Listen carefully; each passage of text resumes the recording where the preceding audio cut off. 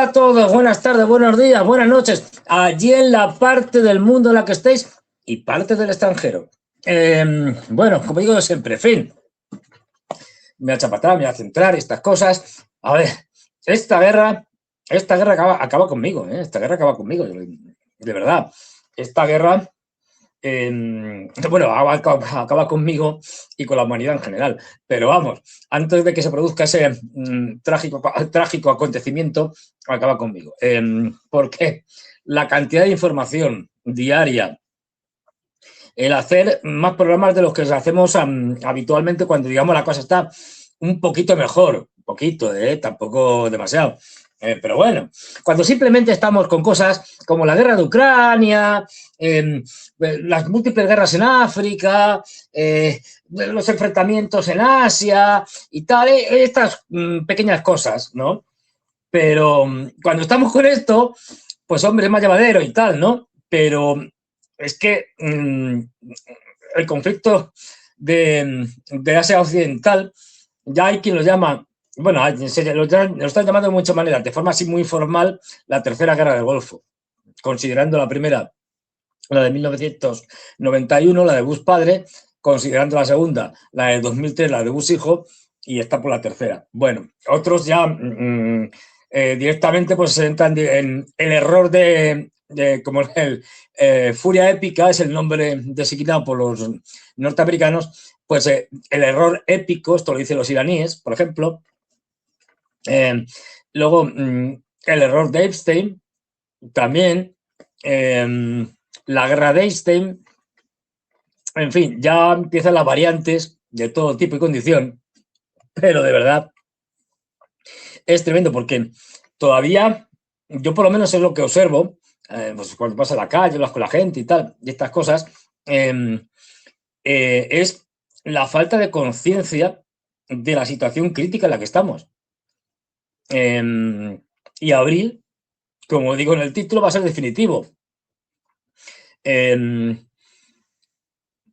Este mes, más o menos, ya va a estar completamente claro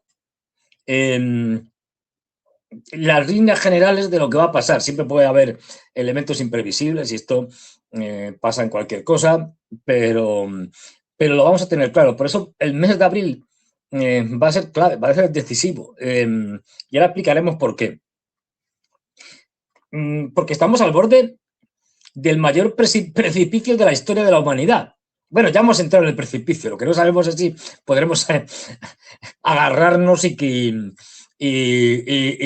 al borde del precipicio, ¿no? Según estamos ya cayendo, hacer un quiebro de último momento y ¡pum! Y agarrarte, pero ya estamos en él.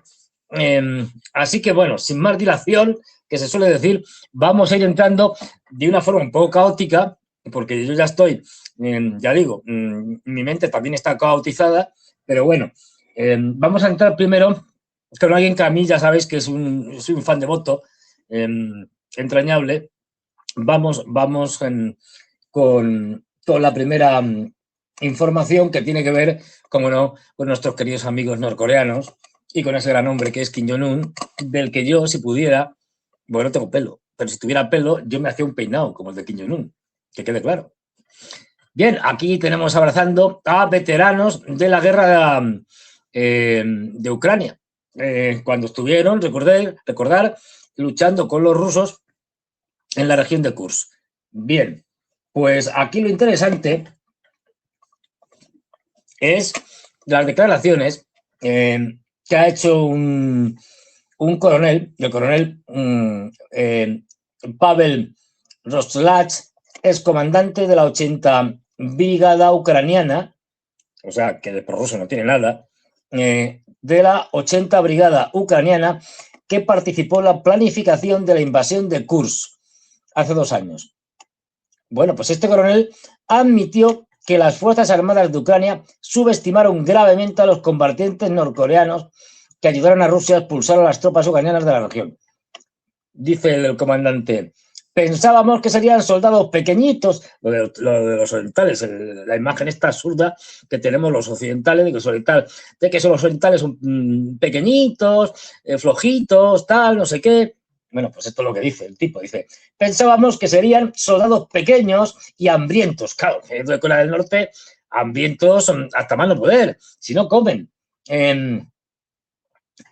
Pues como digo, pensaban que, no me rollo más, pensábamos que serían soldados pequeños y hambrientos que habían venido a luchar por 2 cucharadas de arroz, dice el coronel. Y sin embargo, eran soldados bien entrenados. Roslat, este coronel ucraniano, destacó la colosal preparación física de los norcoreanos. Desmontaban a 15 kilómetros del frente, es decir, bajaban de los carros o lo que fuera, de los transportes, a 15 kilómetros del frente con todo su equipo y luego corrían como Usain Bolt, decía este hombre, disparando mientras corrían. Y dice, si comparamos a los mercenarios de Wagner, o sea, élite de la élite, de 2022, con los norcoreanos, los primeros son unos niños, los de Wagner. Dice, tecnológicamente estaban atrasados, pero su infantería es una fuerza terrible, sentenció. Bueno, aquí tenemos otro, pues como digo, un clásico ejemplo de subestimar, que un tipo que ha peleado contra los Wagner, que eran la élite en ese momento de las fuerzas, bueno, aunque eran una compañía privada, pero vamos, del ejército ruso,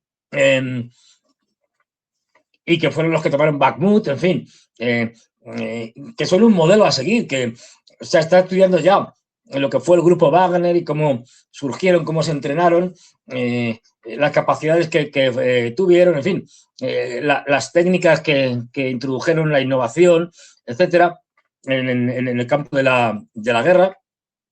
Pues unos tipos tan duros como los Wagner, según eran unos niños comparados con los soldados norcoreanos. ¿Cuántas veces se nos ha dicho aquello de los norcoreanos? Sí, vale, reconoce, militarmente no tienen la tecnología docente, faltaría más. Si la tuvieran ya, nos habían conquistado a todos. No, pero ¿cuántas veces ha dicho los norcoreanos, tal, no sé qué?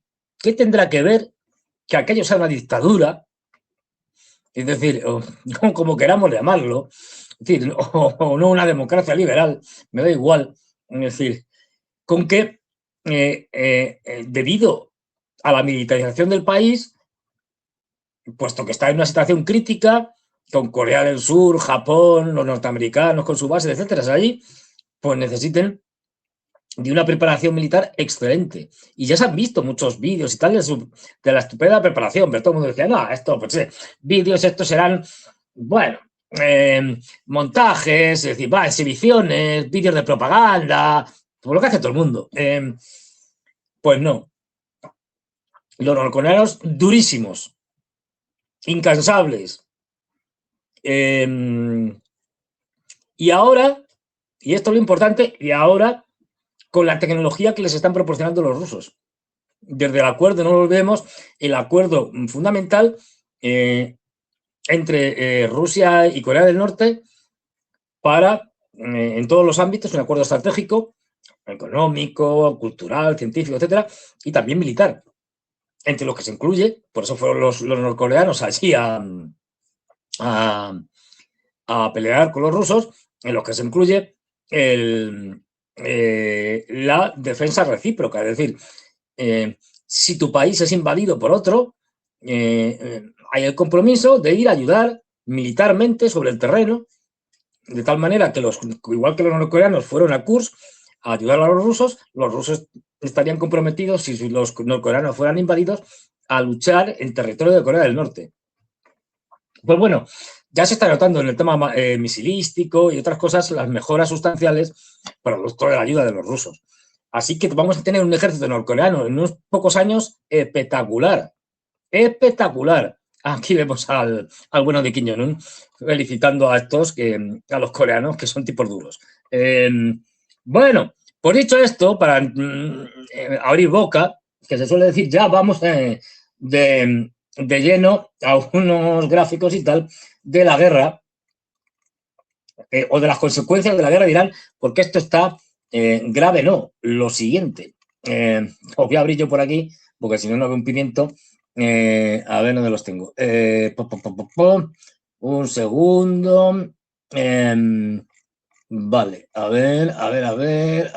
Ah, aquí. Está el primero. Ah, es que me tengo que acercar porque es que no veo un pimiento. A ver si me hago unas gafas nuevas. Tenéis que darle muchos likes y tal y estas cosas para ver si saco unos dinerillos y me compro unas gafas nuevas para ver mejor, porque no puede ser. Bueno, dicho esto,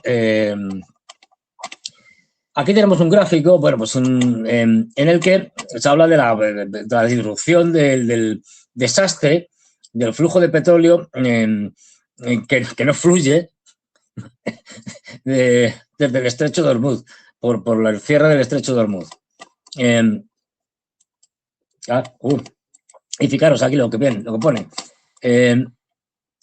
Tenemos que el suministro global de enero y febrero fue de 100.000, aproximadamente 106.000 millones de barriles por día, de los cuales hay que quitarles esto que vemos aquí, los menos 18 millones de barriles, números redondos, de los cuales 11 millones son la caída del suministro en corto, y otros 7 millones y 300, bueno, de aquí se derivan, de estos otros 7, 3 se derivan varias cosas por países. Crudo de Arabia Saudí, bueno, sanciones y tal. Es decir, aquí te explican de dónde vienen estos otros 7 que hacen la diferencia. Esto, aunque parezca poco, es una barbaridad. Esto supone un cierre, vamos, una caída, pues eso, de unos 18.000. Hay que lo ponen en 20.000, vamos, en 20 millones de barriles por día, pero quitarle 20 a 100 millones en un mundo en el que el petróleo va ajustado casi al milímetro, pues es un desastre, pero de los gordos, porque significa que empieza a faltar petróleo en muchos sitios y cada vez más. Y lo que es más importante, y hablaremos luego más de ello, ya no es tanto el petróleo en crudo, que dices, bueno, el petróleo crudo sí falta, pero lo importante más que incluso que el petróleo en crudo, aunque se saca de ahí, es la capacidad de refino. Y luego entraremos en ello, porque esto sí que es importante. Es decir, la capacidad de refino, que es menor, y ahora veremos las razones por las que es menor, y que eso lleva inevitablemente a que falten algunos productos estrella que son claves para la economía mundial. Fundamentalmente el gasoil, fuel oil, luego después gasolina, también queroseno. Os doy un dato, ahora diremos algún dato, pero las compañías aeronáuticas de Europa, de un montón de sitios, están empezando a restringir vuelos, es decir, simplemente a cancelar líneas, es decir, que tenían viajes que tenían, es decir, pues vuelos desde Madrid a lo que sea, Hong Kong, a donde sea. Pues están cerrando todo eso. ¿Por qué? Y quedándose solo con lo más rentable, porque el combustible para aviación ha subido un 100%. Un 100%. No va a haber, en el mes de abril lo vamos a notar, y a partir de ahí, si esto no se arregla, que no tiene pinta de arreglarse, va a ser un problema volar, porque va a ser muy caro y porque además va a haber muchos trayectos, de aerolíneas, muchos trayectos que van a desaparecer porque son insostenibles con esos precios. Ya se está haciendo, luego no sé si lo tengo por aquí, pero ya lo digo por si acaso. Bueno, pasamos al siguiente. Aquí vemos el Golfo Pérsico con el estrecho. Arabia Saudí y Emiratos Árabes intentando sacar el petróleo como puedan. Como el Golfo Pérsico está cerrado, el estrecho de Hormuz, y no se puede sacar nada desde el Golfo Pérsico, hay dos opciones. Dos opciones que son la de Arabia Saudí, que es sacar el petróleo que habitualmente salía por el Golfo Pérsico. Esto ya lo están haciendo por un oleoducto que tenían ya construido de hace tiempo, que llega a una refinería y a unas terminales que hay en el Mar Rojo. En principio, por aquí, de los... creo que desde aquí podrían sacar... bueno, aquí pone Arabia Saudí ha dirigido cerca del 60% de sus exportaciones del Golfo a Yanbu, que es el puerto, la terminal. Pero esto no es del todo real, porque ahora mismo lo último que estamos viendo es que no tienen capacidad suficiente para abastecer a los petroleros que están llegando allí. Y aunque podían tener, me parece que eran 7 millones de barriles por día, en teoría, no están pudiendo llegar a tanto, y ahora mismo se está produciendo un atasco de petroleros en torno al puerto de Yanbu, y todo apunta que esto es, bueno, un paliativo que en cualquier momento puede ser bombardeado y interrumpido por los iraníes. Es decir, que esto es, como se suele decir por aquí, pan para hoy, hambre para mañana, y encima el pan de hoy es más bien de poquito y escaso. Esto, lo que están sacando por aquí, es mucho menos de lo que querrían. Y del otro intento, a la desesperada, es el de Emiratos Árabes, hacia Fujairah, o como se produce bien, que, como sabéis, Emiratos Árabes tiene una pequeña parte de costa al otro lado del estrecho de Hormuz. De hecho, el estrecho de Hormuz, en realidad, lo que tienen costa con el estrecho de Hormuz, propiamente dicho, son los iraníes y Omán, porque Omán tiene una parte de su territorio separada del resto, justamente por esta interrupción de Emiratos Árabes, que tiene salida al Golfo de Omán, y por ahí, desde hace también tiempo, tienen construido el oleoducto, pues en previsión de problemas en el Golfo. Por aquí la cosa está muy mal. ¿Por qué? Porque prácticamente no están pudiendo sacar nada, o muy poco, porque los iraníes lo han bombardeado. Lo han bombardeado y les han dado misiles y drones y han dañado tanto depósitos como todo tipo de instalaciones, y esta vía está muy tocada. Prácticamente por aquí no tienen alternativa. Con lo cual, estos dos paliativos, pues uno ni es paliativo ni es nada, y el otro, mientras los iraníes quieran. Así que, bueno, aquí veis lo de mayor daño, menor daño y tal, y estas cosas. Bueno, como veis, Kuwait está muy tocada, lo han machacado. Qatar, bueno, Bahrein está también muy tocado, igual que Qatar. Lo que pasa es que Qatar llevan días sin bombardear porque los qataríes se están echando un poco atrás. Y también están machacando bastante en los Emiratos Árabes Unidos, en diferentes bases y tal.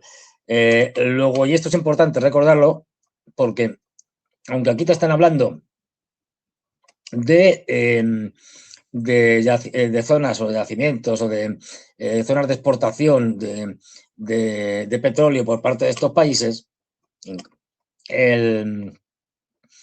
esto también se puede trasladar a bases militares que más o menos coinciden. Es decir, prácticamente la mayoría de las bases militares que tienen desde Cuba y también en Irak, pero bueno, en la zona del Golfo, están muy poco operativas. escasamente operativas. Diré yo, algunas para nada operativas, como por ejemplo puede ser la de Bahrein, o como por ejemplo puede ser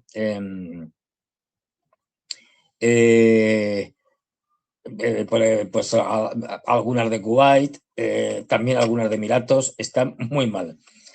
Bueno, esto para que os hagáis una idea de que estos intentos son intentos vanos, uno ya no es ni intento ni es nada, porque aunque dice daño menor, bueno, daño menor no tan menor, hay que poner daño bastante, para mí, daño mayor, pero bueno. Esto para que os hagáis una idea de cómo está la situación desde el punto de vista de los oleoductos, de los gasoductos y que por lo tanto esto no tiene otra solución que desbloquear el estrecho de Hormuz. Y eso es la cuadratura del círculo para los norteamericanos y los israelíes. Vamos al siguiente, que tenemos por aquí. Y veremos a quién está afectando la cosa. Mayores compradores del Golfo, mayores compradores del petróleo del Golfo, que están perdiendo millones de barriles. Y aquí los tenemos. Exportaciones de Arabia Saudí, Kuwait, Emiratos Árabes Unidos, Irak y Qatar. Pues ni más ni menos que en marzo 4,4 millones de barriles por día. Es lo que emitían en marzo del 2025. En 2026 han pasado de 4,4 millones a 1,3. Fijaros, tremendo. Prácticamente nada, lo que exportan los saudíes por allí, por el Mar Rojo y poco más. Importaciones de China, perdón, importaciones de China. Es decir, bueno, los chinos sí que lo pueden sustituir. Es decir, aunque han perdido una gran parte, sí que tienen capacidad para sustituir el comercio que venía de petróleo y de gas del Golfo Pérsico. Fijaros que ninguno de estos está Irán, porque Irán sigue pudiendo exportar. De hecho, está batiendo récords. Y puede exportar porque los norteamericanos no quieren hacer nada que realmente destruya las capacidades exportadoras y de infraestructuras de los iraníes. Aquí vemos igual, India, los saudíes, los kuwaitíes, Emiratos, Irak, Qatar, pues se ha pasado de 2,3 a 0,9 lo que reciben. Japón, lo mismo. Japón está muy fastidiado porque dependía prácticamente su petróleo, su suministro de petróleo del Golfo, y ha pasado de 2,4 a 0,1. Vamos, 4 barriles que se han metido en el bolsillo a algún amiguete que venía de allí. Nada. Corea del Sur, más de lo mismo, de 1,7 a 0,3, otro desastre, por eso están como están. Y Estados Unidos no depende efectivamente, y de 0,5 a 0 da igual. Pero esto es importante porque esto ya nos está señalando la crisis, no tanto en China, sino sobre todo en la India, Pakistán, Bangladesh, el sureste asiático y los principales aliados en la región de Estados Unidos, Japón, Corea del Sur y, aunque aquí no lo ponen, Taiwán. Y estos están en situaciones críticas, como lo está la India, como lo está Pakistán, como están todos estos. Hasta el punto de que se están, como decíamos anteriormente, se están tomando medidas draconianas, cerrando escuelas, es decir, suspendiendo las escuelas y las universidades, es decir, el año escolar, tal cual, hasta que esto nos arregle. En otros sitios ya están con racionamientos duros, muy duros, lo típico de matrículas pares para unos y impares para otros, poniendo, por ejemplo, cantidades máximas de gasolina que puede echar uno en el depósito del coche o de diésel o lo que sea, es decir, pues un racionamiento. Usted puede echar al día no sé, pues pongamos 20 euros, por decir algo. Bueno, pues no puedes echar más, es decir, da igual. Y en algunos sitios hay desabastecimiento ya, ¿eh? No hay. Incluso hay desabastecimiento en un sitio tan europeo como la isla de Man. En la isla de Man, ahora mismo, en sus gasolineras, no hay. Están cerradas, no hay nada. Bien, dicho esto, vamos al siguiente, que aquí os hablaré de el señor Netanyahu, que es un vivo, el tipo este, el sinvergüenza.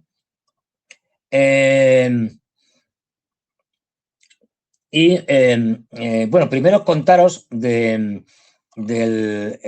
una publicación nada sospechosa, que es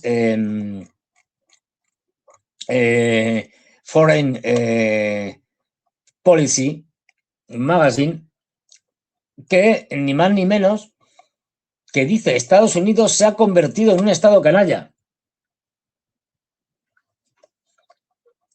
Ahí vemos que nos entienda, como nos señala Santiago, la crisis petrolera del estrecho de Hormuz está a punto de irse al accidente. Claro. ¿Por qué? Pues porque los precios del petróleo, la carestía, los barcos que además, al final, muchos de ellos que van con contratos, digamos, sobre la marcha, les paga, es decir, al final van al mejor postor. Y si hay alguien que les paga más, se van a ir hacia otro lado. Bueno, pues con esto tenemos que en aproximadamente 5 o 6 semanas, los petroleros que habían salido del estrecho de Hormuz, y que es lo que tardarían en llegar a sitios como Europa, que tienen que circunnavegar, por ejemplo, bueno, no, por ejemplo, tienen que circunnavegar África por el tema del estrecho Bab el-Mandeb y demás, y eso les lleva mucho tiempo. Bueno, pues llevamos poco más de un mes, es decir, de 4 semanas, pues a mediados de abril empezaremos a notar de manera seria la carestía. Ya se están preparando para esto, aunque no nos estén contando nada, porque el golpe va a ser demoledor. Si encima sigue esto, ya ni os cuento. Es decir, si la cosa se alarga más de abril, por ejemplo, mayo, si se alarga más de mayo, ya la crisis mundial es inevitable, atroz y como nunca la hemos visto. Pero fijaros que, pues eso, que la crisis petrolera del estrecho de Hormuz está a punto de dirigirse hacia Occidente. En Asia ya está haciendo estragos. En Australia, racionamiento. En Filipinas, racionamiento. En Taiwán, en Japón, también están con el racionamiento. Es decir, es lo que hay. Porque ya digo, es que si petróleo es poco, ya teníamos problemas anteriores a la crisis del estrecho de Hormuz, a la guerra del Golfo. Ya teníamos problemas, por ejemplo, de suministro de diésel, con lo cual la cosa está, pero que muy mal. Y como digo, como decía, un medio con tan poco sospechoso como Foreign Policy,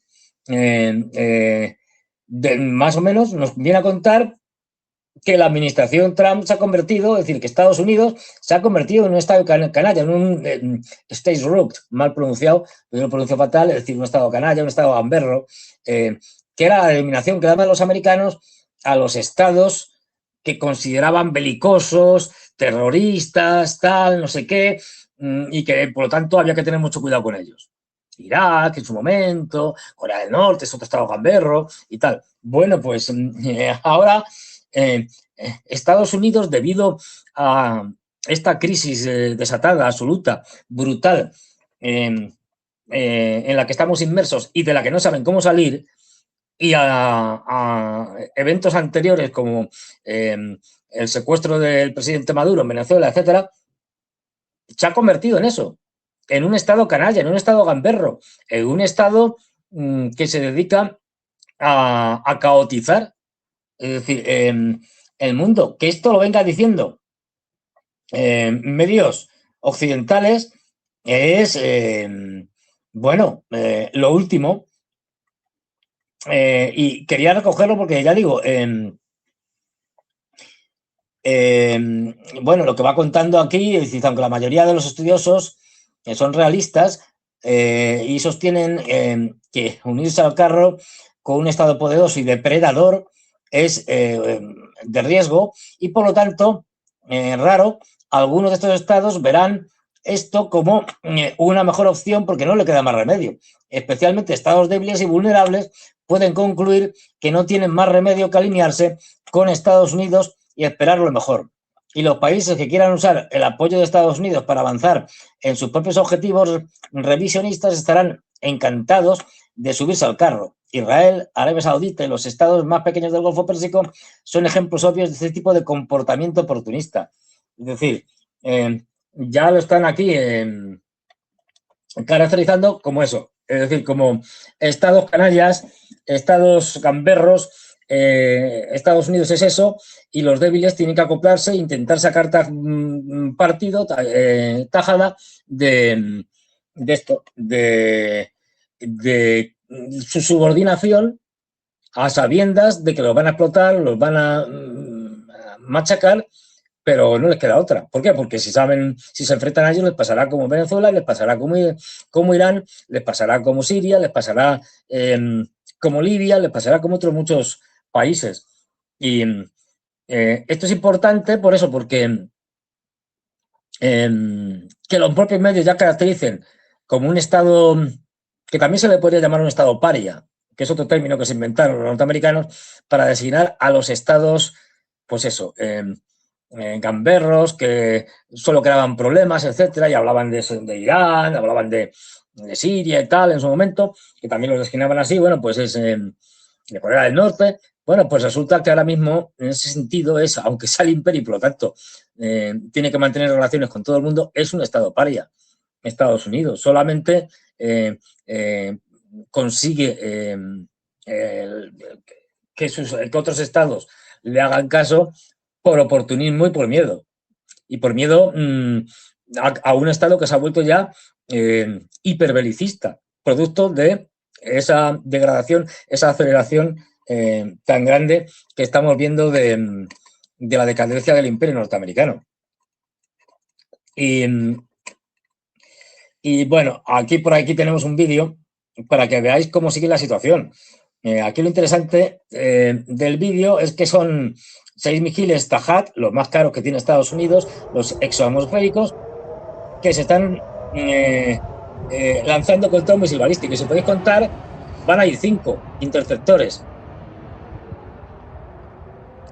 Ahí lo veréis. Es decir, y al final, en la broma, le costó a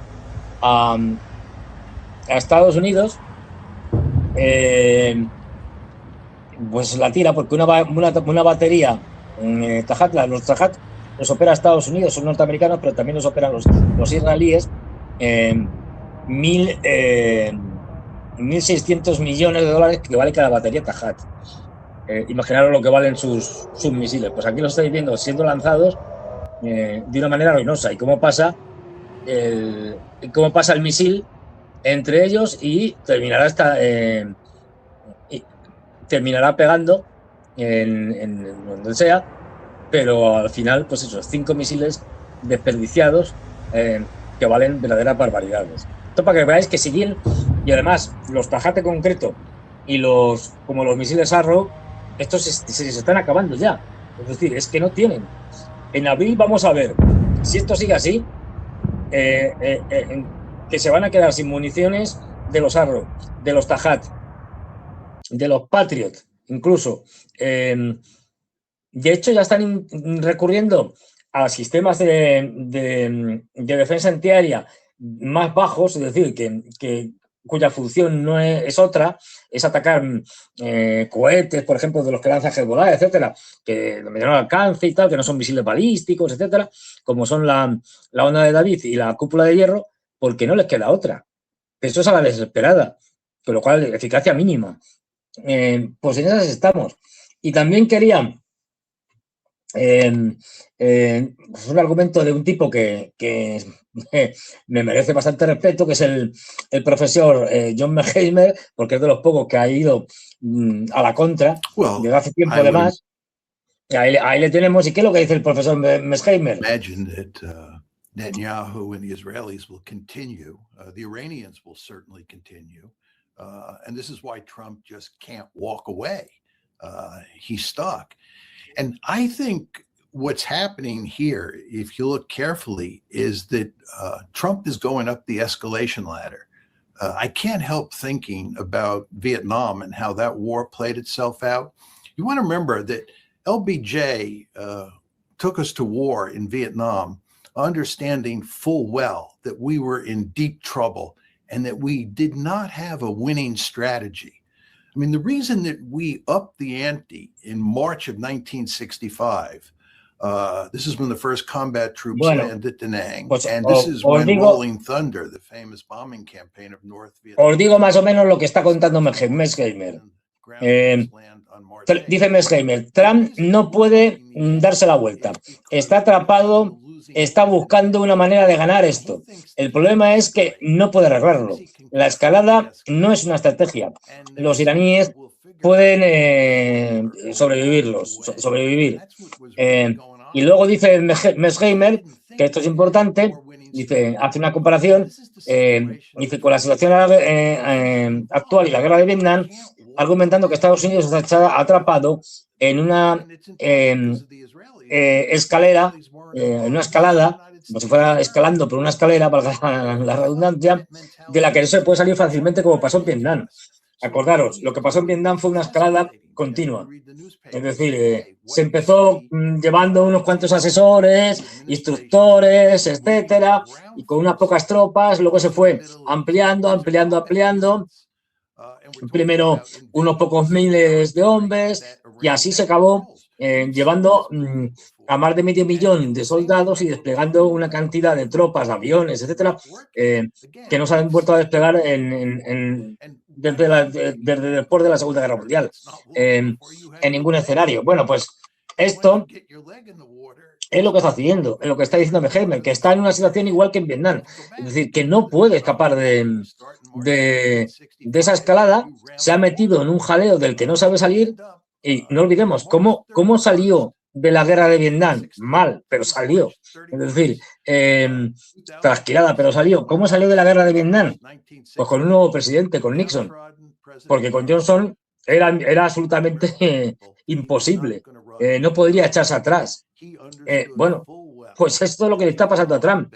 No tiene manera de echarse atrás. Lo que le va a obligar a seguir escalando. Hoy ha hecho un intento de estos que hace, a veces ya sabéis que un día va y dice, no, vamos, amenaza a los iraníes, vamos a por ellos, tal, no sé qué, no sé cuántos. Y al día siguiente dice, no, bueno, pues estamos negociando y la cosa va muy bien. Bueno, pues hoy toca la parte blanda. Luego la veremos. Pero que quede claro que el profesor Mearsheimer es de los míos, o yo de los suyos, me da igual, de los que pensamos que es muy difícil, por no decir imposible, que Estados Unidos desescale, porque sería una derrota estratégica, porque digan lo que digan, no ha conseguido ninguno de los objetivos. Ninguno. Aquí, por ejemplo, otra cosa que estaban contando, el tema de incautar el famoso uranio, dice un experto israelí de seguridad nacional, el doctor Simon Schiff, dice, vamos a ver, conseguir extraer el uranio iraní, esto es imposible. Es decir, o sea, hacer una operación con los Delta Force, o Navy SEAL, o quien les dé la gana, eso sería un desastre. Y sería un desastre por lo que hemos dicho, porque estamos hablando de que están almacenados en buques subterráneos a unas profundidades donde no es fácil acceder, con todas las puertas cerradas y además voladas, es decir, se ha llenado de escombros, se le ha llenado de rocas, se ha volado la parte esa de la montaña para que no se pueda abrir la puerta con todo un montón de rocas delante, lo cual eso ya implica operaciones muy complejas. Es decir, luego bajar, manipular el uranio, que pues es una sustancia radiactiva, peligrosa, no se te puede caer de cualquier manera. Estamos hablando de cientos de kilogramos, de unos cuantos gramitos. Es decir, sigue diciendo el experto, encima vas a tener a los iraníes disparando y echándote de todo, con lo cual esto es simplemente una operación descabellada y que está condenada al fracaso. Lo que veníamos diciendo aquí desde hace tiempo, la opción esta que nos venían diciendo, que nos venían contando, de que no, vamos a hacer una operación para quedarnos con el uranio enriquecido al 60% de los iraníes que tienen. Bueno, no está claro dónde lo tienen. Se habla de Fordow, pero se habla que eso luego se trasladó a Isfahán, en fin. Pero bueno, lo tengan donde lo tengan, es decir, es absolutamente inviable. Y puedes llevar allí lo que te dé la gana, que va a ser un fracaso. Luego esa opción, descartada. Bueno, a ver, con Trump no se puede descartar nada porque está chiflado, pero en principio todo un disparate. Y a nada, y en esta línea que venía diciendo, Peter Hegseth, el secretario de Guerra, hoy ha hecho unas declaraciones que básicamente os leo los puntos de lo que ha dicho porque nos vamos a reír un rato. Bueno, dice, los próximos días serán decisivos. Esto es como no decir nada. Irán sabe esto. Casi no hay nada ni que puedan hacer militarmente en esta situación. Ahí está hablando, contando las cosas, tal, este hombre que gasta en gomina unas cantidades industriales. Es decir, qué barbaridad. Se debe arruinar comprando gomina. Bueno, pues el PTG, lo que nos ha venido a decir, se ha soltado un rollo patatero, es lo siguiente, los siguientes puntos. En los próximos días serán decisivos. Irán lo sabe. Casi no hay nada que puedan hacer militarmente en esta situación. Mentira. Lo estamos viendo todos los días. De hecho, es todo lo contrario. Pero bueno, hay que decir que vamos ganando. Otro punto. Sí, todavía lanzaron algunos misiles, pero los derribaremos. Es decir, claro, tienen que admitir, pues claro, como se ven cayendo misiles, que no, bueno, todavía lanzan unos cuantos y seguirán lanzando unos cuantos misiles, pero los derribaremos. Ya hemos visto cómo los han derribado muchos de ellos. Los han derribado haciendo que impacten contra los objetivos que tenían. Sigue diciendo tonterías Peter Hegseth. Sí, Irán es sabio. Si Irán es sabio, harán un trato. Trump no está faroleando y no está echándose atrás. Mentira. No sabe qué hacer. Si pudiera salir de alguna forma medio decente, lo haría. Y de hecho está reculando. Empezó, pero desde el principio, sabiendo que no podía hacer ciertas cosas porque sería un desastre. Porque es una operación absolutamente descabellada. Una guerra contra Irán no tiene más mínimo sentido porque tienes unas limitaciones que vienen dadas, impuestas por la economía mundial. Es que te carga la economía mundial. Y si te carga la economía mundial, eso arrastra a Estados Unidos en la debacle. Bueno, luego, otra tontería. El nuevo régimen iraní debería entender esto a estas alturas. Se ha producido un cambio de régimen. Este nuevo régimen debe ser más sabio que el anterior. Mentira. No se ha producido ningún cambio de régimen. Estos cachondos, porque lo dijo tan un día, dicen, no, cambio de régimen, porque hemos matado a Ali Khamenei y a la cúpula militar de la Guardia Revolucionaria del Ejército, básicamente. ¿Pero qué cambio de régimen? Eso lo que será es un cambio de cargos. Es decir, lo que ha habido es un cambio de... bueno, en el caso de Ali Khamenei, un cambio de Khamenei por Khamenei. Es decir, Khamenei padre por Khamenei hijo. Bueno, sector duro. Y lo que ha venido es un sector aún más duro que el anterior. Pero no hay cambio de régimen. El régimen es el mismo, solo que endurecido, radicalizado.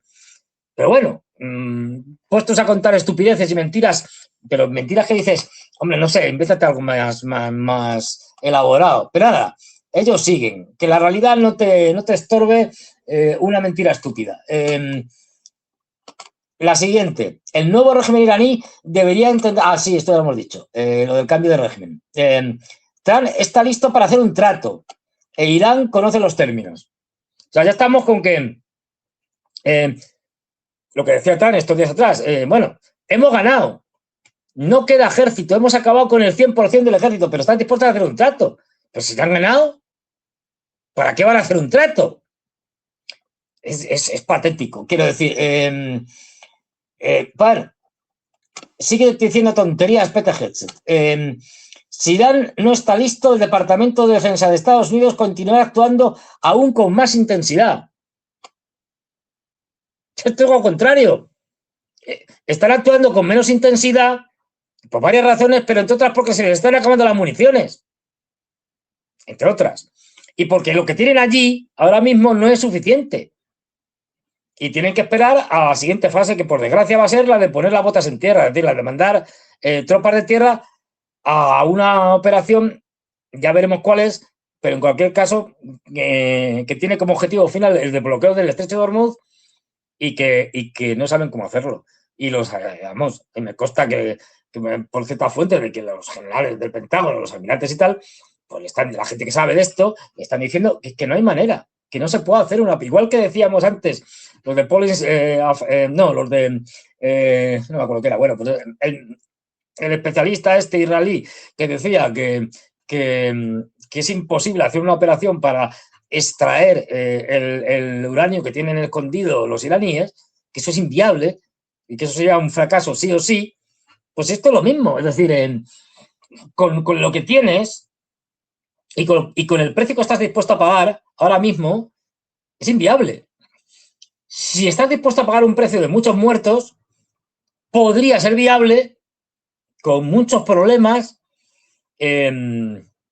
llevando una fuerza expedicionaria enorme, pero enorme, como la primera guerra de Irak, 500.000. Esto no para ocupar Irán, que es inviable, es imposible. Esto básicamente para desbloquear el estrecho de Hormuz y lo que es más importante, para que permaneciera desbloqueado. Porque no es cuestión de llegar y decir, ya, hemos llegado, hemos conquistado las islas del estrecho de Hormuz o lo que sea, y Bandar Abbas y tal, y la región de Uruzgan y tal, y estas cosas, o Nurgan, no me acuerdo cómo se llama bien, y con eso ya, pues nada, ya hemos cumplido, ¿no? Tienes que ocupar una parte importante de Irán para poder tener una cierta profundidad en la defensa de unos ataques durísimos que te van a hacer por vía aérea con drones con drones aéreos y misiles, con misiles también con drones submarinos o marítimos y misiles antibuque y con un ejército de tierra que te va a hacer la vida imposible. Y todo esto no lo hacen con las fuerzas expedicionarias que ahora mismo se están movilizando. Es decir, puedes tomar esas islas, incluso el puerto y tal, que hay allí en Bandar Abbas y tal, pero no puedes retenerlas, te van a terminar echando.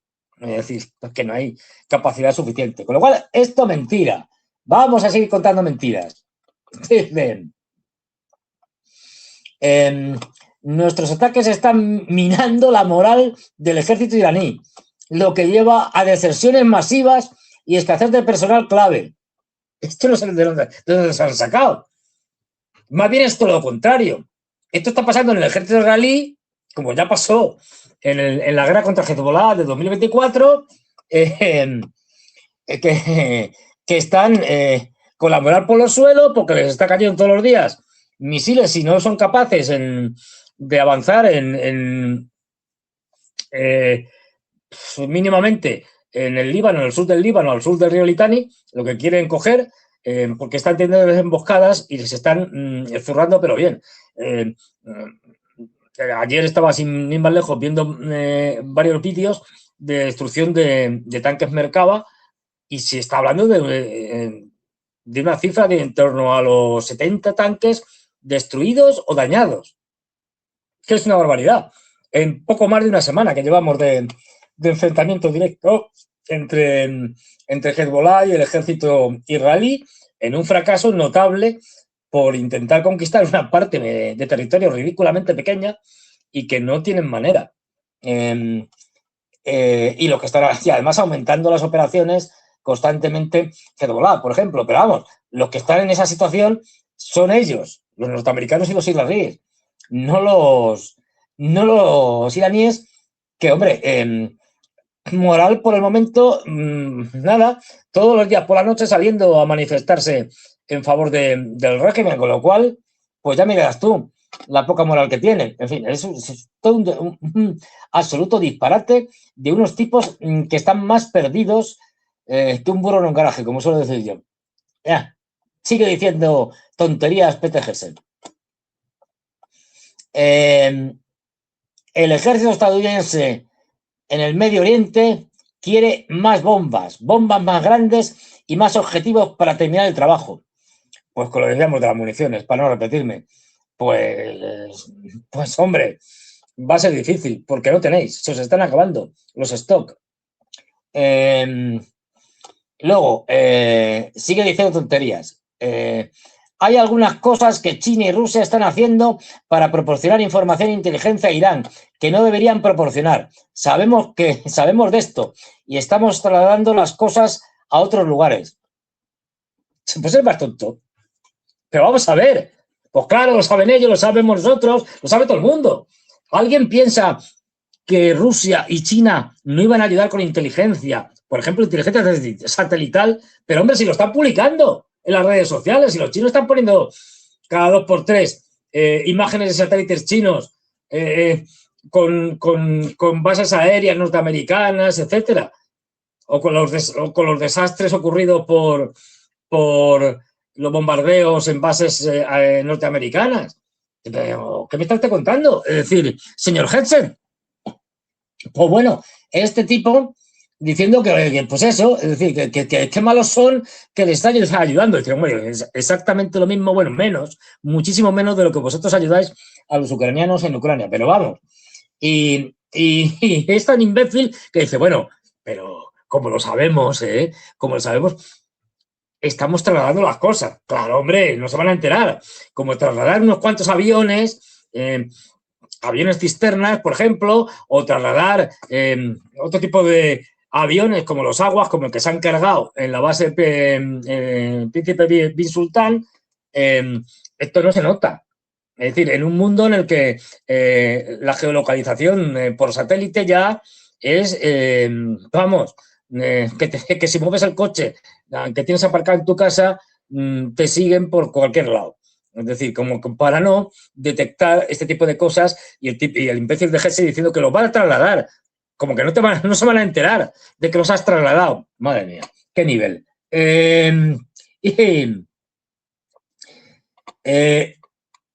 Luego sí que ya para rematar, nuestro adversario piensa que hay 15 formas diferentes en las que podemos atacarlos con fuerzas terrestres.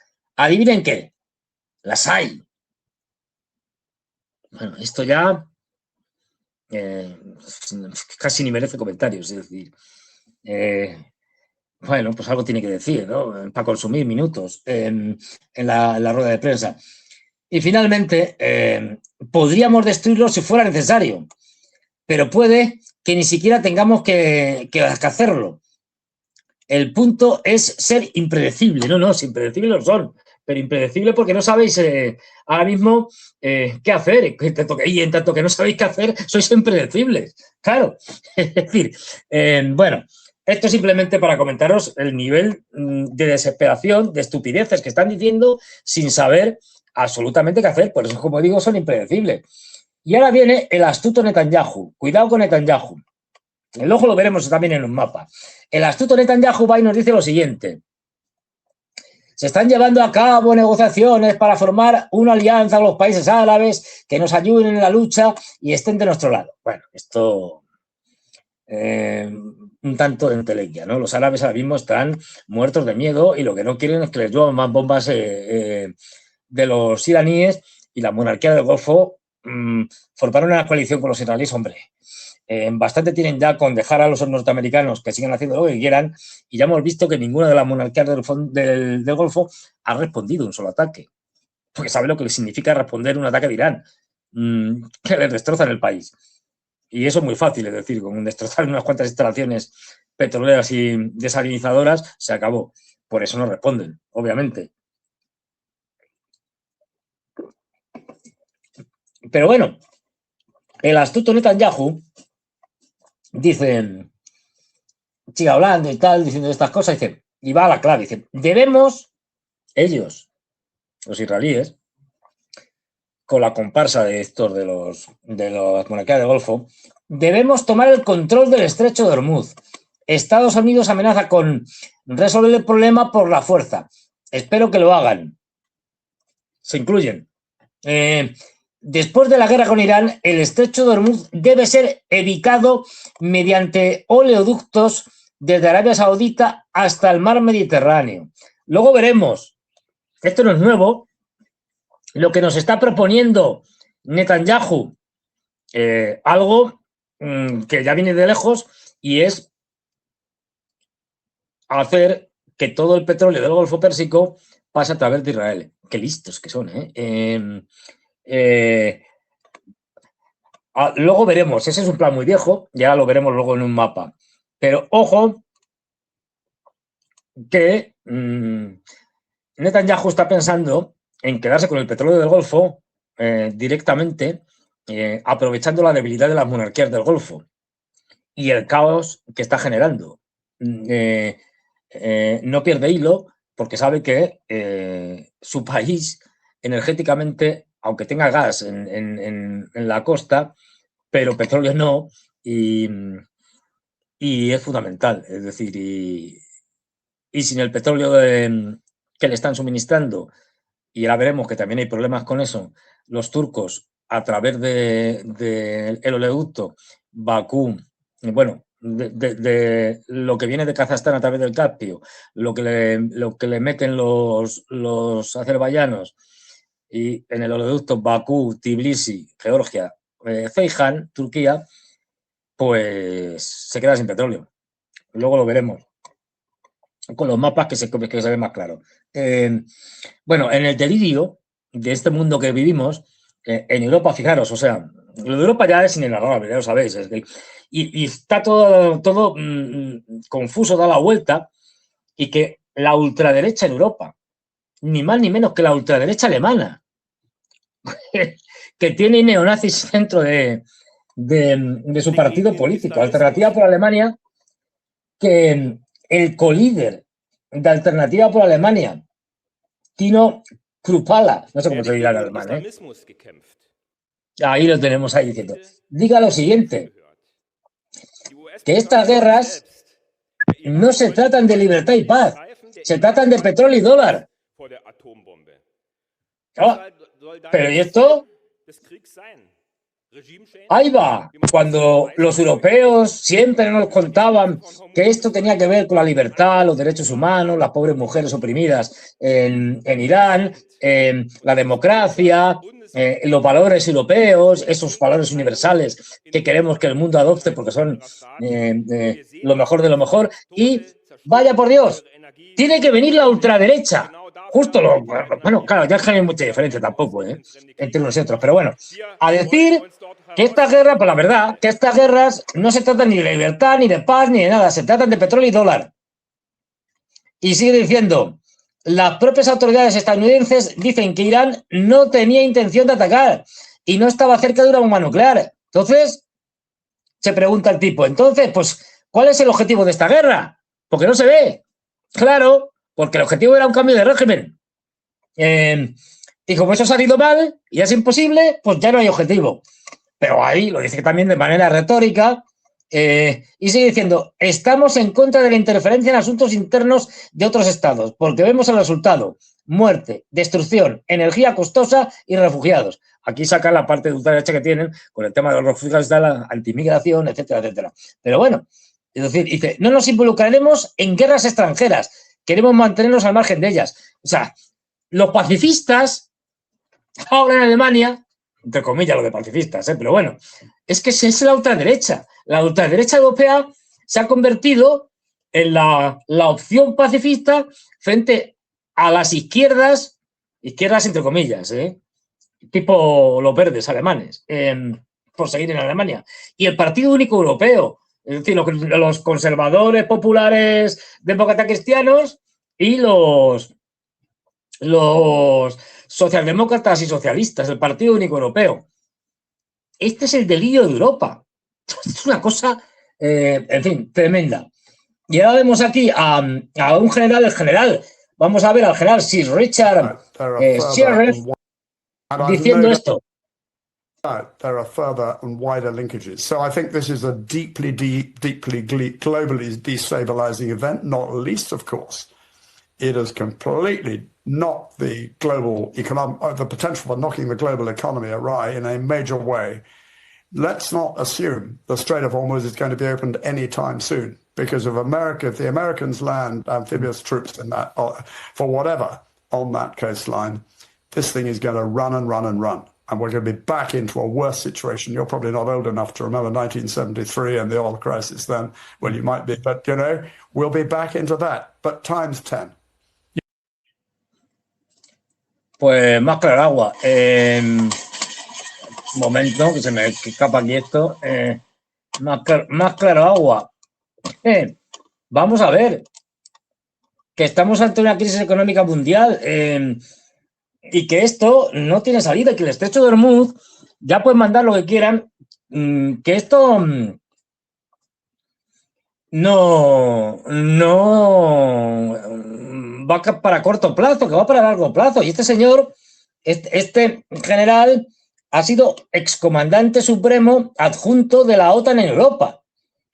Y es que contándonos que la escalada es incontrolable y resalta la frase de no supongamos que el estrecho de Hormuz se reabrirá pronto. Esto va a durar y durar y durar. Sí, te lo está diciendo un general de la OTAN. Cualquiera. Es decir, otra cosa es que los generales, expertos de pacotilla y demás te cuenten otra cosa porque están pagados, porque no les queda más remedio de decirlo, porque son quienes son. Es decir, y los llaman por lo que les llaman en los grandes medios de comunicación. Pero ya incluso tienen que, ante la evidencia tan brutal, tan abrumadora, ante lo obvio, te tienen que decir que lo del estrecho de Hormuz no se abre en 2 días, que esto va a durar y durar. Es decir, y que la escalada es incontrolable y que esto puede acabar como los Rosario de la Aurora, que es lo más probable. Es decir, o sea, y luego a los que decimos estas cosas y tal, nos dicen, no, es que sois unos catastrofistas y demás y tal. Coño, pero que lo está diciendo un tipo que sabe esto, que es un general de la OTAN, que no es sospechoso. Y te está diciendo que esto se nos va de las manos. Bueno, se le va a Estados Unidos. Es decir, que se le va de las manos. Y si se nos va de las manos, esto va a acabar como el Rosario de la Aurora. Con la crisis económica más devastadora, económica, geopolítica, de todo tipo, mundial, que ni siquiera hemos imaginado, ni los más catastrofistas o pesimistas.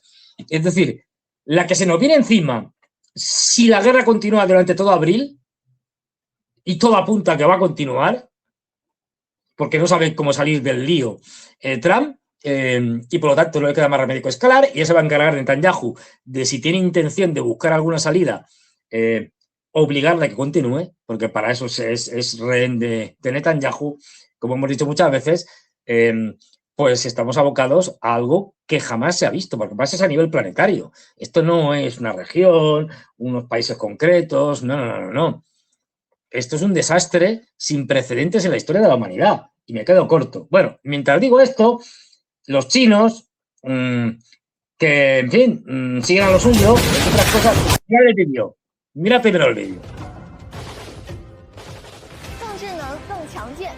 实战本领的机器狼已经能够实现批量化生产了。在这里呢，100多只机器狼准备前往任务一线。经过多次迭代，机器狼已实现从单兵辅助装备到集群作战平台的跨越式升级。Pues fijaros, cada vez haciendo prácticas y demás, ejercicios, pero cada vez generando, y yo ya he visto unos cuantos de estos, quiero decir, con esta especie de perros drones o drones perro, que son mucho más útiles que los drones humanoides. Los drones humanoides son bastante inútiles, o sea, porque desde el punto de vista operativo un dron con 4 patas es mucho mejor para poder andar por cualquier o poder desplazarse por cualquier terreno, en cuestas, en lo que sea. Bueno, ya los habéis visto armados, se les puede cargar encima con fusiles de asalto, con lanzagranadas, con lo que te dé la gana. Y lo que se está viendo, también hemos visto drones aéreos, lo que cada vez te están haciendo los chinos más y están trabajando en ello. Esto no quiere decir que mañana mismo puedan lanzarse a una guerra de este tipo, pero están integrando, como se ve en el vídeo, están integrando cada vez más sistemas robóticos, drones, con unidades de personas. Es decir, porque estos drones no son autónomos, es decir, no son completamente autónomos. Pueden trabajar más o menos en conjunto, no son lo que vulgarmente se llama enjambres, es decir, no llegan a ser tanto como esto, pero sí que ya tienen una capacidad de operar tanto entre ellos como con los soldados que están a su alrededor.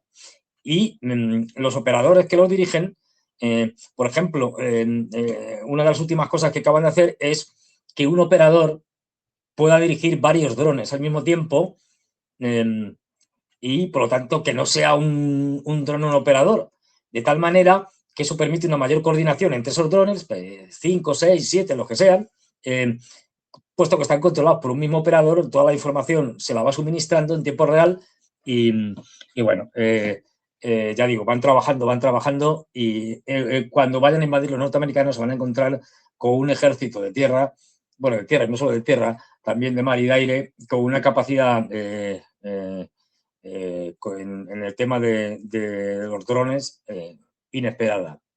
Porque no lo olvidemos, como siempre digo, en última instancia, a lo que se va es a la guerra contra China. Claro, si no, no vamos a la porra en esta. Pero vamos, el objetivo final, el objetivo último son los chinos. Bueno, y aquí... No, sí, pon al senador este. Question to which there isn't a great answer. President Trump, several days into the war, made it clear that he had thought that Larijani, one of the senior elected leaders of the Iranian government, was someone with whom he or his administration might have negotiated, but the Israelis assassinated him. The Israelis have attacked over and over the senior leadership of the intelligence services, of the IRGC, of the Ayatollah and his close advisors, and that has made it difficult for us to assess exactly who's in charge. But we do know this. The Iranian Revolutionary Guard, the IRGC, has a pretty firm grip on the country and has been trained in how to continue aggressive operations even when there isn't a clear central command. So I don't, in the near term, see an easy path towards there being a real change in the government or the regime in Iran. Vamos, que este senador, que se llama, ahora lo digo, lo tengo por aquí, el senador Chris Coons, o algo así, C-C-O-O-N-S, este buen hombre, nos está contando justo lo contrario que lo que nos está contando Hetzel, para que veamos la que tienen liada los norteamericanos. Pues mire usted, pero esto es cosa de los israelíes que se cargaron a los posibles negociadores como Larijani y, claro, pues así impidieron, claro, que querían los israelíes, que fructificara cualquier negociación del tipo que fuera. Es decir, y aquí directamente todo un senador está acusando a los israelíes de ir en contra de los intereses de Estados Unidos, que es básicamente lo que está diciendo. Israel saboteó la diplomacia para enredar a Estados Unidos en la guerra.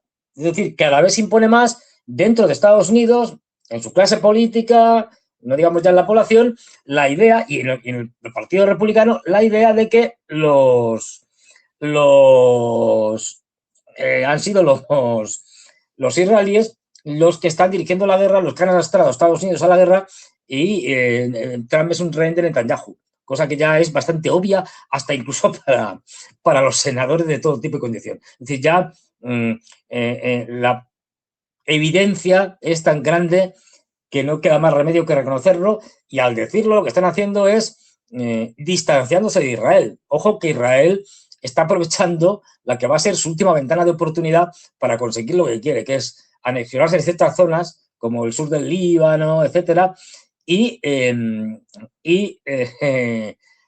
caotizar el país, destruir Irán como país, la región en general, las monarquías del Golfo, etcétera, y hacerse, por lo tanto, como por lo menos con una parte del Gran Israel.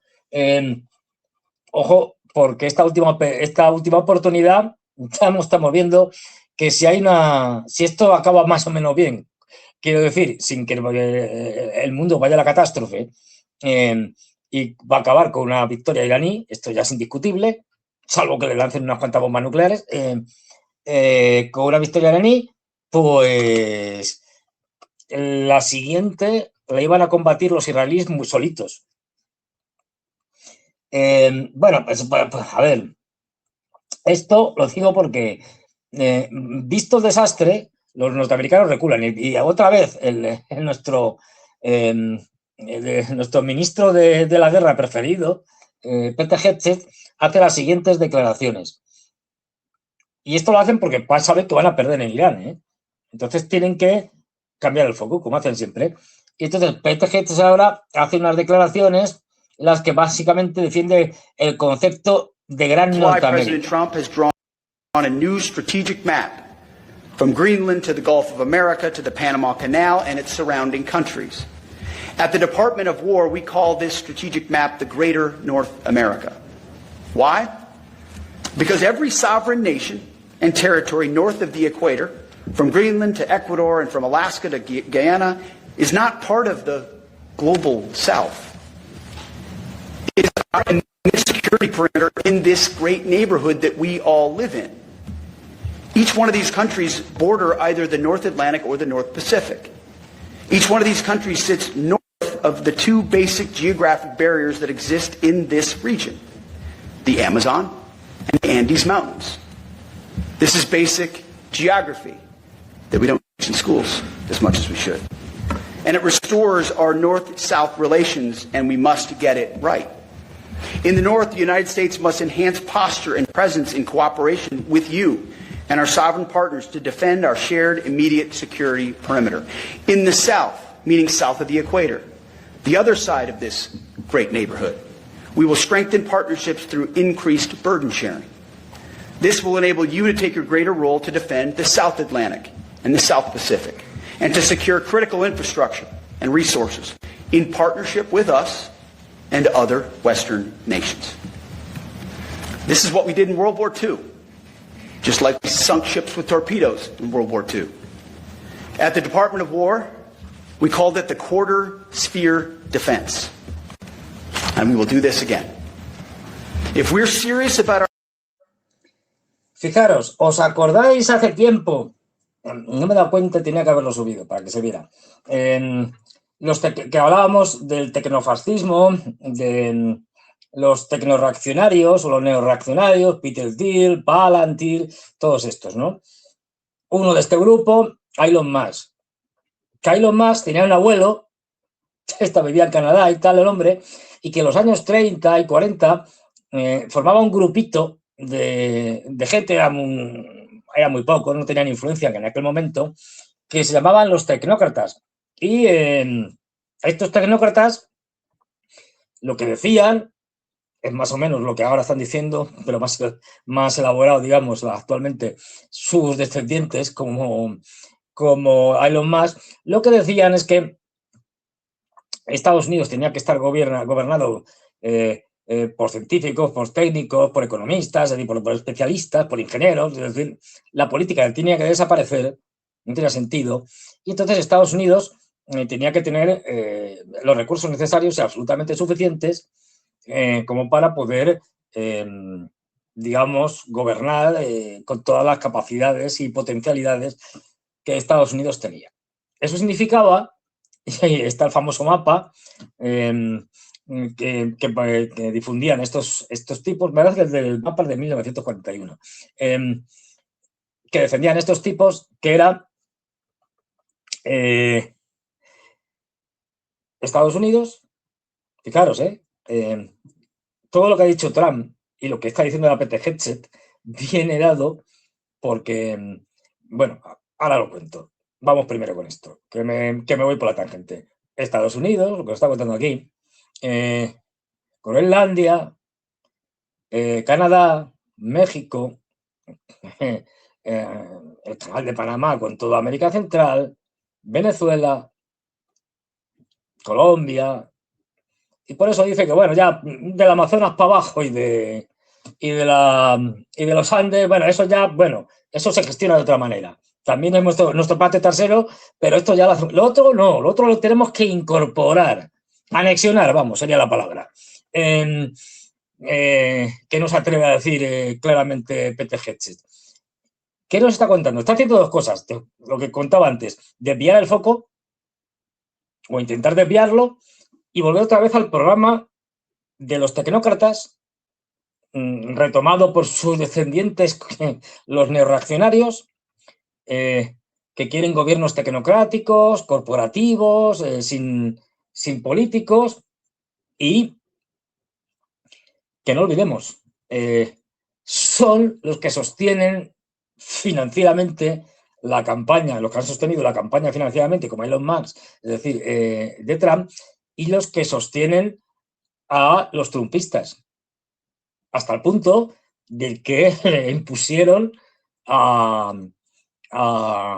Trump su vicepresidente, Vance, que es un hombre de ellos, es un títere, es un tipo que entró en la política de la mano de Palantir, y es un tipo que toda su carrera política ha estado financiada por Palantir.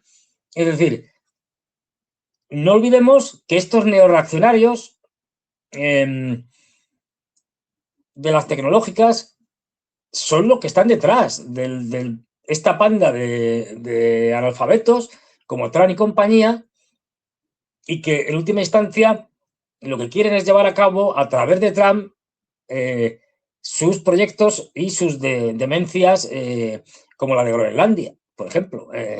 La anexión de Groenlandia, entre otras cosas, tiene una parte económica, es decir, va a poner grandes centros de datos allí, que están más fresquitos para poder enfriarlos y que además tienen mucho espacio. Tiene además el tema de todos los recursos que ya están explotando, recursos energéticos, recursos minerales fundamentalmente, tierras raras, entre otras cosas. Pero además, como sería una legislación muy laxa o casi inexistente, una vez que se anexionara aquello, pues allí podrían hacer un proyecto, y esto lo tienen publicado y tienen su página web y todo, podrían hacer un proyecto que se llama Praxis, que es el proyecto por el cual se establecería una especie de ciudad-estado en miniatura, pequeña, regida por una corporación y donde la política quedaría eliminada, no habría democracia ninguna, no habría derechos de ningún tipo, solamente tendrías, digamos, por llamarlo de alguna forma, pero bueno, no hay más que ver las redes sociales para darse cuenta de lo que son. Los derechos de usuario, es decir, los ciudadanos de esa distopía serían usuarios de un monopolio tecnológico que tendría una ciudad y que la gestionaría como le daría la gana. Esto es lo que están haciendo, y por eso Pete Hegseth está hablando justo de lo que querían los tecnócratas iniciales y lo que quieren los tecnócratas. Aparte de luego, viendo el desastre y las derrotas que están sufriendo en el continente euroasiático, asegurar todos los enormes e inmensos recursos de América como elemento clave para poder seguir luchando contra chinos y rusos. Eso es lo que están haciendo, es lo que hay detrás de Venezuela, tal, que también forma parte de este mapa que los tecnócratas en los años 30 y 40 incluían, ¿no? Porque sabían ya que Venezuela tenía recursos y entonces pues, había que meterlo. Junto con la Guayana, el Esquibio, que formaba parte de Venezuela, las Guayanas, etcétera, todo eso, para Estados Unidos, directamente, como anexionado. Y el resto de América ya gestionado indirectamente, a través de individuos o tipejos como Milei. Pues bueno,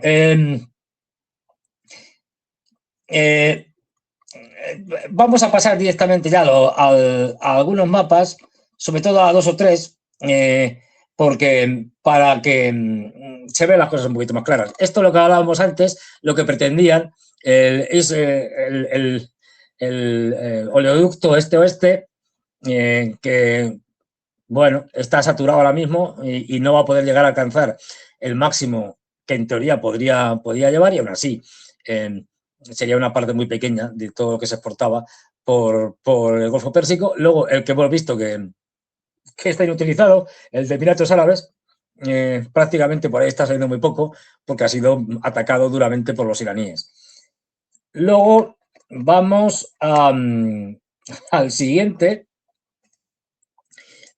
Aquí los grandes puntos, y por eso estamos en vías de colapso, los grandes, que todos conocemos, los grandes puntos, los grandes cuellos de botella del petróleo en el mundo en el que estamos aliados. Fijaros que es todo lo opuesto, porque es interesante ver que de todos los puntos, los estrechos en Dinamarca, el canal de Suez, el canal de Panamá, incluso sitios por los que hay que ir, si no puedes ir por sitios como el canal de Suez o el estrecho de Bab el-Mandeb, el cabo de Buena Esperanza, en Sudáfrica. Y fijaros las cantidades de millones de barriles por día. Vamos viendo, los estrechos de Arense 4,9 millones, el canal de Suez 4,9, igual, Panamá 2,3 millones, el cabo, el cabo de Buena Esperanza 9 millones. Claro, debido a que buena parte de lo que pasaba por el canal de Suez y por el estrecho de Bab el-Mandeb, desde que los Houthis lo cerraron, aunque ahora no esté cerrado, pero ya no pasan por allí, es decir, no se arriesgan, con lo cual ha descendido el flujo del tránsito por el Mar Rojo y por el estrecho de Bab el-Mandeb y el canal de Suez, mientras que ha aumentado por el cabo de Hornos. Bueno, y luego vemos el Bósforo. Ahora estaba diciendo 3,7 millones por el estrecho del Bósforo, o los estrechos turcos, como llaman aquí. Pero fijaros, hay dos grandes cuellos de botella. Estamos viendo que el que va 9,1 o 4,9, y los dos grandes son el estrecho de Hormuz, 20 millones, casi 21 millones de barriles, 20,9 millones de barriles por día que salían, y el estrecho de Malaca, o que cruzaban, y el estrecho de Malaca, 23,2 millones. Buena parte de estos pasaban por aquí, la mayoría, de hecho. Es decir, que hay una diferencia brutal entre cuellos de botella y unos cuellos de botella y otros cuellos de botella. Es que el estrecho de Hormuz solo es superado por el estrecho de Malaca. Y ahora mismo tenemos que el estrecho de Hormuz está cerrado y que los Houthis, que ya han entrado en guerra con Estados Unidos e Israel, amenazan con cerrar el estrecho de Bab el-Mandeb, al que por lo tanto le meteríamos 4,2, es decir, pues le meteríamos más de 25 millones de barriles, que no pasarían. Esto en una situación en la que no hay márgenes, ni de producción, en ningún sitio, ni de nada, esto es un desastre. Es decir, esto nos lleva al más absoluto desastre. Porque estamos al límite. Es decir, los márgenes para aumentar la producción de petróleo y gas, que encima los tenían estos, es decir, Arabia Saudí es el país que tenía más márgenes de aumentar su producción históricamente, y aquí ya no puede hacer nada, es decir, son mínimos. Y encima, como vamos a ver en algún otro mapa, la cosa va aún mucho peor. Es decir, que esto, aquí lo vemos, ahí, te me pongo de aquí en grande porque si no, no veo un pimiento. Pero fijaros, ¿quién es quién en la demanda de petróleo. Y aquí vemos, bueno, el resto del mundo, 47, menos de la mitad. Los norteamericanos consumen más que nadie, 340 millones, más o menos, y nada menos y nada más que consumen el 21% del petróleo. Como bien dice aquí, los países más ricos, más China, consumen el 55% del petróleo, más de la mitad del petróleo que el mundial.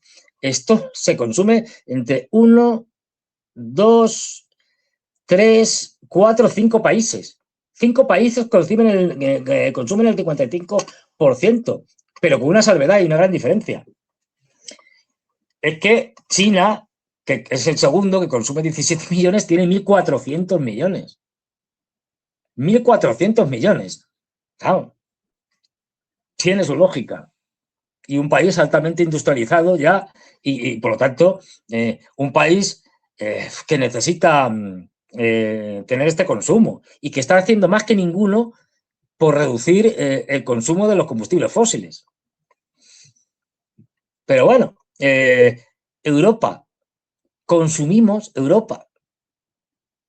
que habrá que ver qué meterán aquí en Europa, pero bueno, consumimos el 14%. Y eso que estamos en crisis, que en los tiempos de las vacas gordas consumíamos mucho más. Una barbaridad. Japón, 120 millones de habitantes. Europa, pues depende cómo lo cuentes. Por eso digo, pues si quitas a Rusia, pues a la Unión Europea unos 400 y pico millones, 500 millones. Si le metes todo con Rusia, 700 y pico, pero si mal no recuerdo. Pero aquí los rusos no tienen problema porque ellos mismos tienen petróleo y gas para ellos sin ningún problema. Y su consumo no es muy alto comparado con Estados Unidos. Es decir, y Canadá, 3%, 40 millones de habitantes consumen el 3%, que es un disparate. Bueno, pues estos, obviamente, estos van a sufrir. El 47% restante va a sufrir. Porque se va a empobrecer aún más. Pero estos que estaban acostumbrados al estado de bienestar, bueno, cada vez más desmantelado, pero bueno, a vivir todavía relativamente bien, por lo menos comparativamente hablando con el resto del mundo, es decir, el mundo occidental sin China, es decir, porque los que aquí la diferencia está en que los chinos vienen de abajo arriba, es decir, vienen de la pobreza al enriquecimiento, mientras que todos estos, los canadienses, los japoneses, los europeos y los norteamericanos, vamos en dirección contraria, del enriquecimiento, de un estado del bienestar que los años 50, 60, 70, incluso con la crisis del petróleo y tal, pero bueno, 80, era todavía, se vivía estupendamente y tal, aquí estamos en plena decadencia. Pues imaginaros cómo vamos a sufrir. Yo en tanto que europeo, pero racionamientos salvajes. Vamos al siguiente. Y este es muy interesante. Os lo cuento. Bueno, es que esto es lo que decía del oleoducto Bakú, Tbilisi, Ceyhan. Los israelíes se abastecen fundamentalmente del petróleo kazajo, y este petróleo kazajo va por 2 sitios. Atentos al dato, de la que se está liando. Si ya con lo de Irán la cosa estaba gorda, fijaros, los kazajos pueden llevar el petróleo por el consorcio internacional que va aquí a Novosibirsk, al puerto de Novosibirsk en Rusia. Este ha sido atacado varias veces por los ucranianos y parcialmente destruido, con lo cual la capacidad de exportación de Kazajistán a través de Rusia se ha visto muy mermada, pero muy mermada. Están perdiendo mucho dinero los kazajos por los ataques de los ucranianos. Y ya problemas de suministro de uno de los principales productores mundiales. Esta parte de este suministro iba, obviamente, a Israel. Por aquí les llega de a poco. Solo falta que se líe en Azerbaiyán,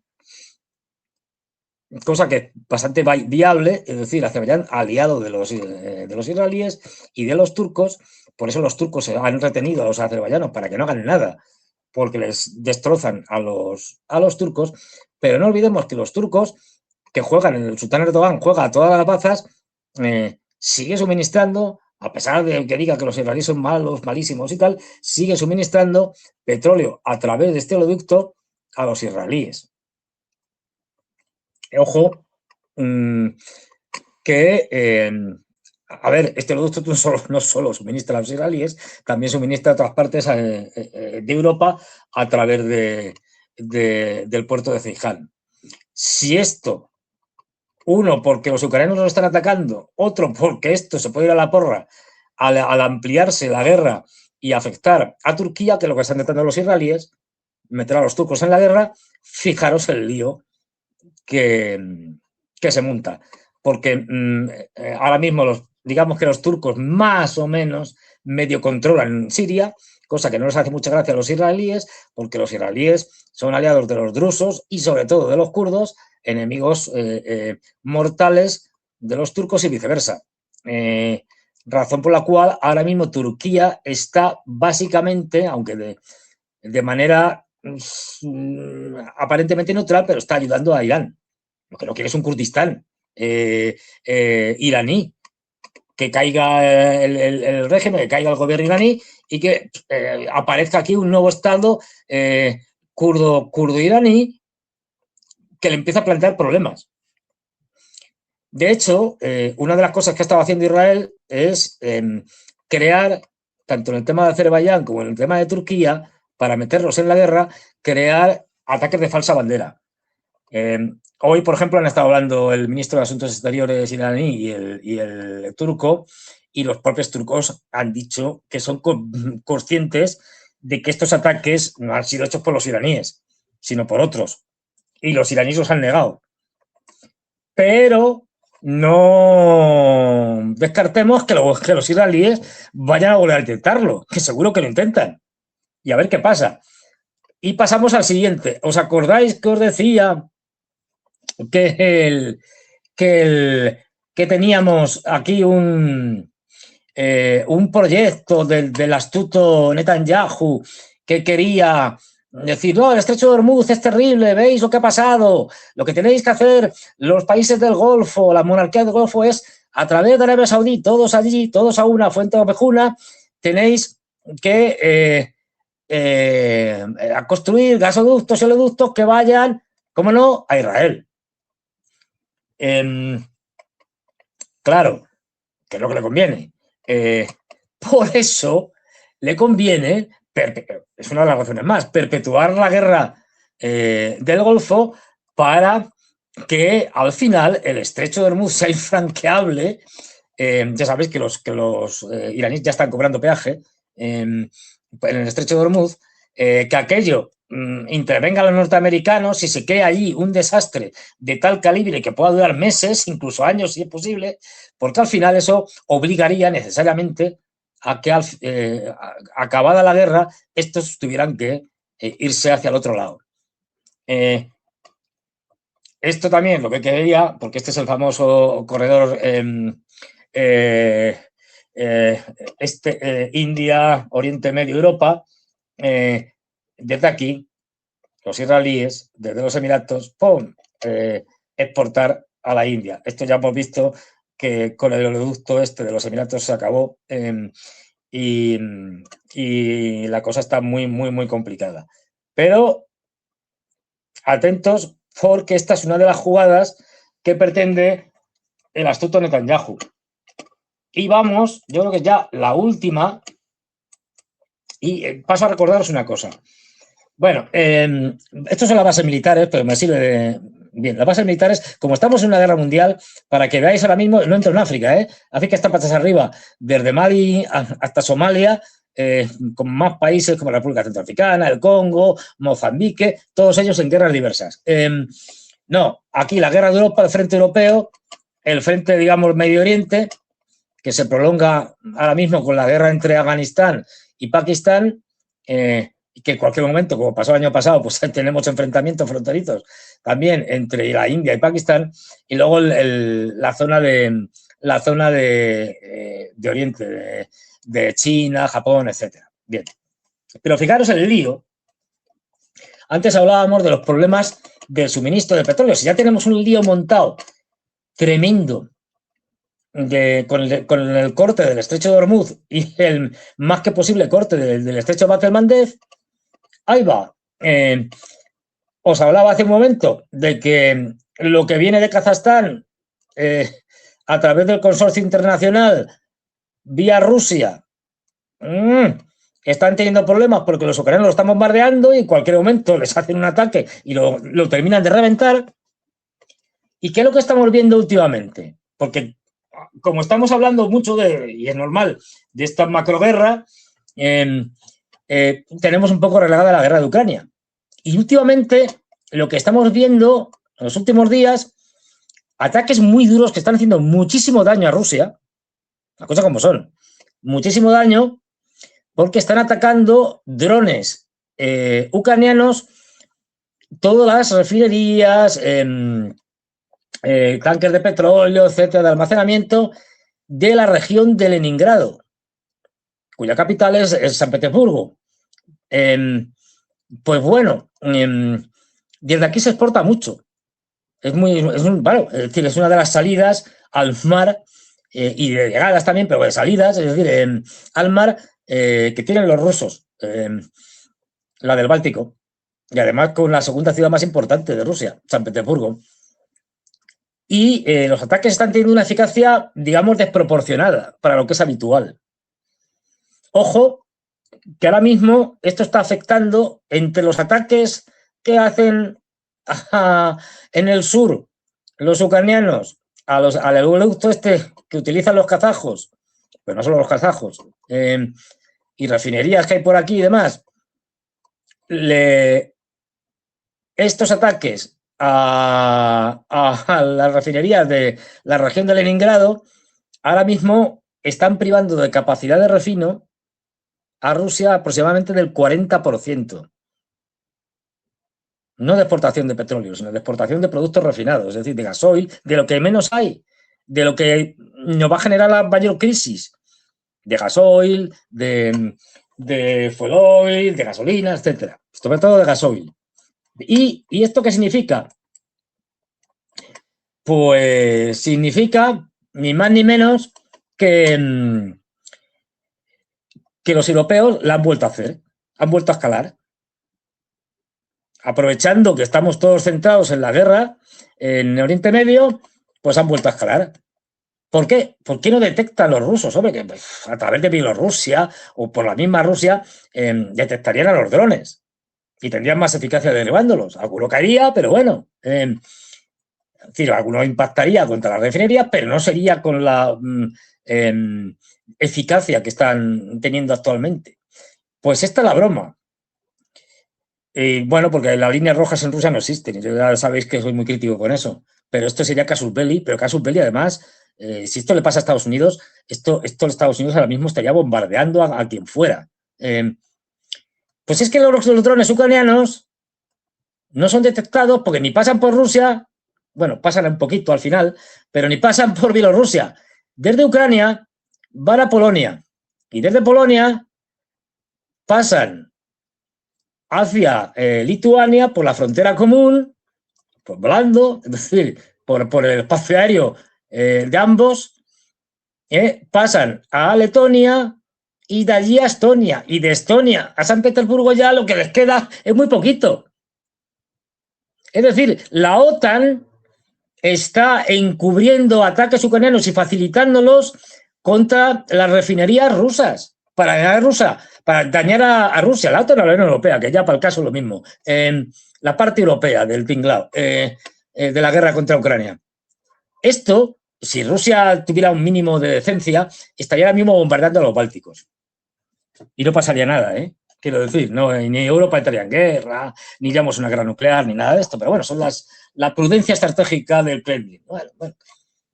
Pero claro, esa prudencia estratégica está contribuyendo al desastre mundial sin quererlo. Es decir, porque gracias a los europeos, bueno, los europeos como siempre pegándonos no ya un tiro en el pie, 14, es decir, haciendo estas cosas, pues tenemos que el petróleo del estrecho de Hormuz, que no sale, el del Bab de Mandeb, que muy probablemente será cerrado en este mes de abril, lo que viene de Asia Central a través de Rusia, va a ser que no, porque lo están bombardeando, bueno, es decir, como le den bien, porque ya ha tenido daños, quiero decir, si lo destruyen los ucranianos, pues por aquí tampoco, y encima, si destruyen también las refinerías de Rusia, en esta parte, en el norte, pues, ¿de dónde vamos a sacar el diésel, señores? Si la gasolina.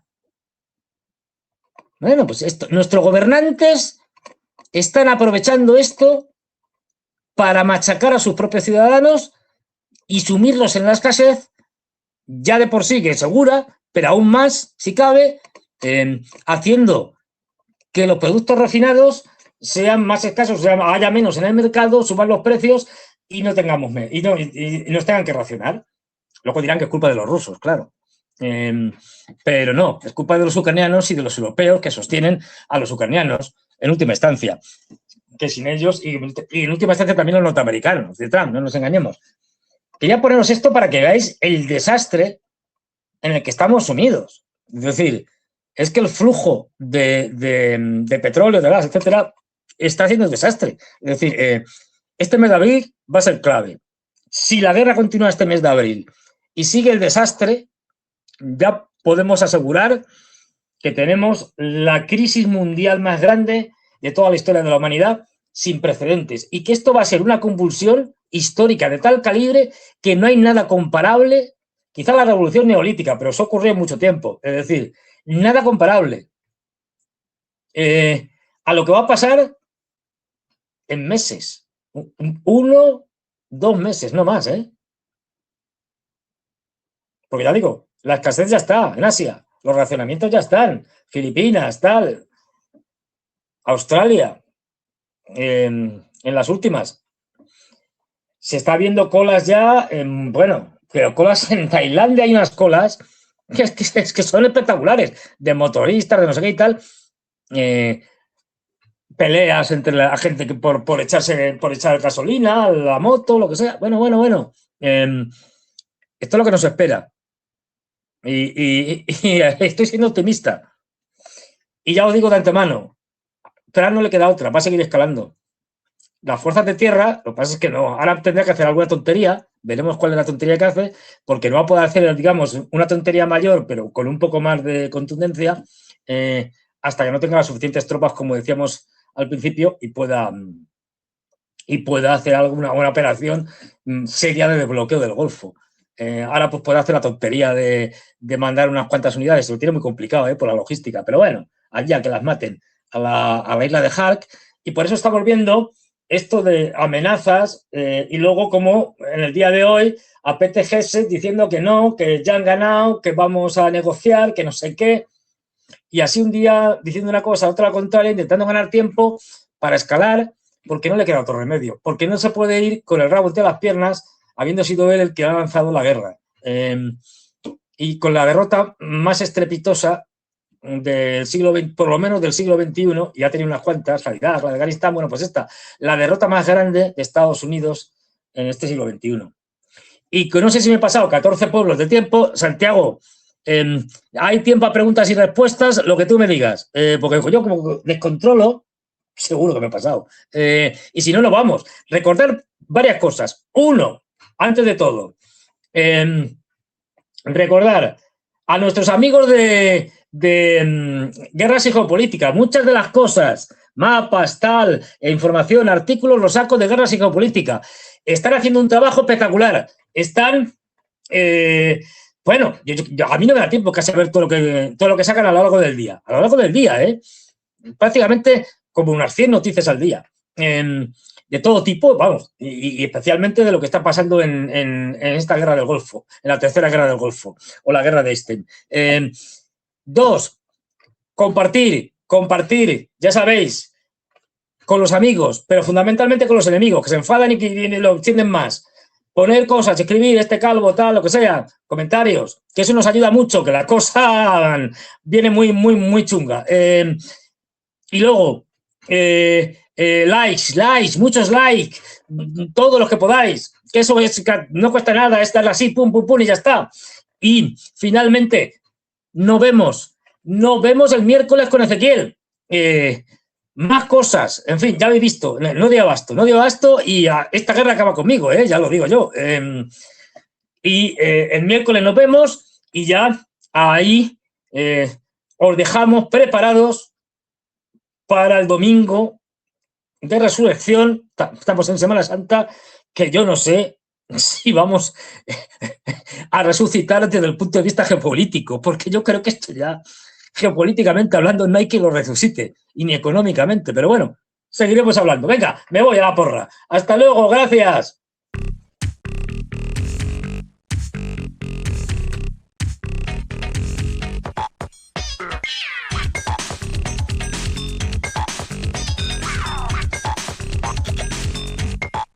Yeah.